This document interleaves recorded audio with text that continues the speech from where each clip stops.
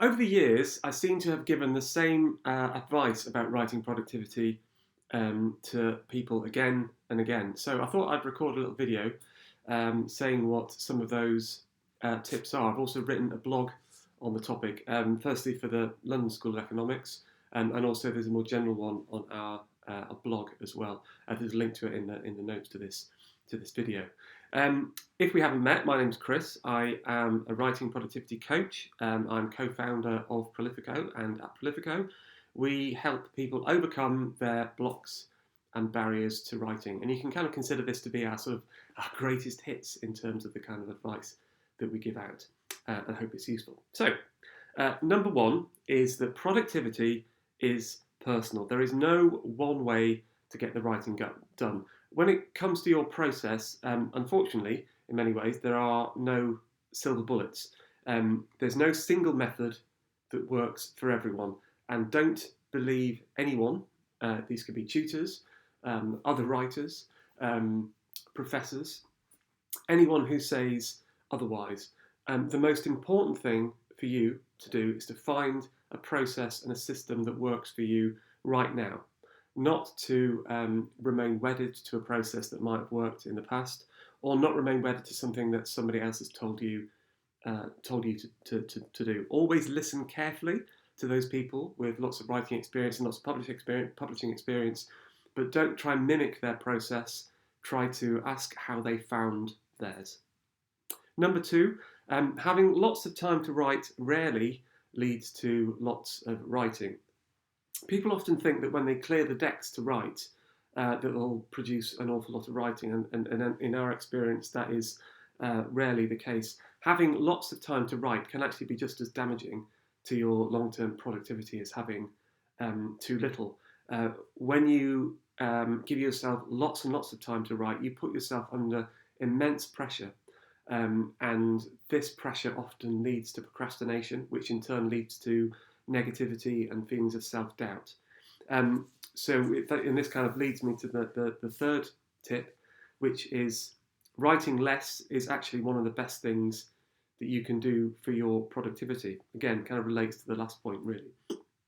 People often feel that they should be writing more, or they should be writing for longer periods of time, and they want to believe that they can. And it is a system and a process that can work for some what we call kind of deep work personalities, but it's certainly not a method that works for everyone. It's far better, or it can be far better for your productivity and actually for your mental well-being, to get a few quick wins under your belt rather than sitting at your desk for tortuous periods of time trying to grind out thousands of words. So we often say to people, just use writing constraints. If anybody uses a Pomodoros are used by all types of writers. That's such a great way to chunk up your writing in 25-minute batches. Try writing for just two paragraphs a day rather than the 10,000 words that you think you should be able to write. Spend less time, physical time writing, and more time clearing your head. Get outside more, go for walks more, take longer breaks. It might not seem it at the beginning, but all those small chunks of writing that you do will add up over time, and over time you'll be far more productive. Number four, beware of unconscious procrastination. There are two types of procrastination, conscious and unconscious. It's far harder to spot your procrastination when it's connected to your work, or with your actual writing project, or indeed is your work. It's far easier to spot procrastination when it's something like you've spent the afternoon on YouTube, or you've cleaned every single window in the house. And that is what makes unconscious procrastination often a lot more insidious and sometimes a lot more damaging. Sometimes doing the research is valid, doing the planning is valid, sometimes it's not. So how do you know? The best way to do it is to test your assumptions. It might not feel that you can continue without doing an extra hour of research or reading some more another book on the topic that you want to research. But ask yourself, is there not a small start that you can make today? what is actually stopping you from progressing your writing today. And if you're still not sure, run an experiment. Try to write. Try to write for 10 minutes, and if you are too tired, or if your research really has to come first, then do the research. Number 5, accept and expect that your writing process and practice will change over time. Often, writers remain wedded to an approach that they've used successfully at one point in their past, but that doesn't work for them now. They tear their hair out, asking what's gone wrong. They ask, why can't I write like I used to write before? But your writing process will change, and it will change depending on what's going on in your life, the priorities that you have at work, your family commitments. It will also change depending on what you are writing and where you are in the writing process.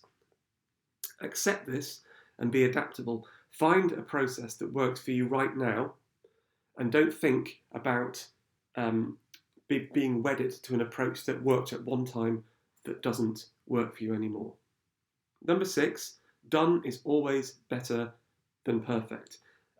Writers often get stuck picking over what they wrote or fail to write in their last writing session before starting up again. And this can result in a negative spiral of review, disappointment, and inaction. And one tip we often give to writers is to splurge words on the page without editing, without looking back. And if you reach a point where you think you need to do more research, if you feel that perfectionism kicking in, just highlight the place where you feel you have to do some research and move on. Come back to it at another point. Always adopt a non-judgmental mindset when you do this. And also, one tip that some writers give us is that it's actually really useful to leave a space of a week between the editing and the writing and the editing. If you come back to the editing the next day, you often come back with self-critical eyes rather than fresh ones. Number 7, make friends with your distractions and with your blocks. Writing is a journey, and along the way you're going to face potholes, you're going to face difficulties, you're going to face distractions and things that disappoint you. In order to be able to swerve around them, you need to know where they are, so you need to make friends with them. You need to know where these distractions may well be. What is it that saps your motivation? What is it that kills your confidence? What is it that's going to interrupt you on a day-to-day basis? It's only when you know this that you can then develop a strategy to be able to avoid them and to avoid you being knocked off course. Number 8, prioritizing your writing is easy. Deprioritizing is the hard bit. Your life is full of stuff that is vying for your attention, for your time, and for your energy. If you want to write, you will need to prioritize your writing above other things going on in your life. That sounds really simple and obvious, but the deprioritization of other things is what is really, really hard. These things might be important to you. They might be connected to your family. They might be things that you want to do. They might be things that you have committed to do. They might be opportunities. But what you need to think about is how important your writing is compared to the other things in your life, because that's the only way you're going to be able to prioritize and therefore deprioritize other things. Number 9, dedicate less time to writing and more time to reflection. If there's one tip I think that we give above all the others, it's this. Make time for reflection. Writers are often so focused on what they're writing that they forget to learn about themselves. Reflection is powerful because it helps you spot patterns in your behaviour and understand what works and what doesn't for you. And doing this is really, really simple. It will take 1 minute after each of your writing sessions. Just ask yourself, what went well about this writing session? What didn't go so well? And what would I change for next time? And the more you do this, you will build up, as I say, patterns about what works and what doesn't, and you can calibrate your process and improve for next time. And finally, Number 10 is writing makes you happy. Or when writing makes you happy, you will do more of it. You might not think that you need to enjoy writing. You just might think that you need to get it done. But trust me, we've worked with thousands of writers over the years, and enjoying the writing process is how you become productive. You'll always find it hard to prioritize if you feel that writing is overwhelming, and that if it makes you feel guilty, and if it saps your confidence, it will always be hard to come back to it the next writing session if that's how you feel. You'll be more likely to put in the hours. You'll be more likely to do the writing if you enjoy it. And key to this, central to this, is to find a system and a process that works for you right now. And as I said before, not remain wedded to a process that somebody else has told you should adopt, or that you feel that you should that should work but doesn't work. Find a system, find a process that works for you and your life and your priorities right now, and that will make you a happy and more satisfied writer. That's the lot. Thanks so much for watching, and check out our website. It's www.prolifiko.com if you want to know more. Cheers, bye-bye.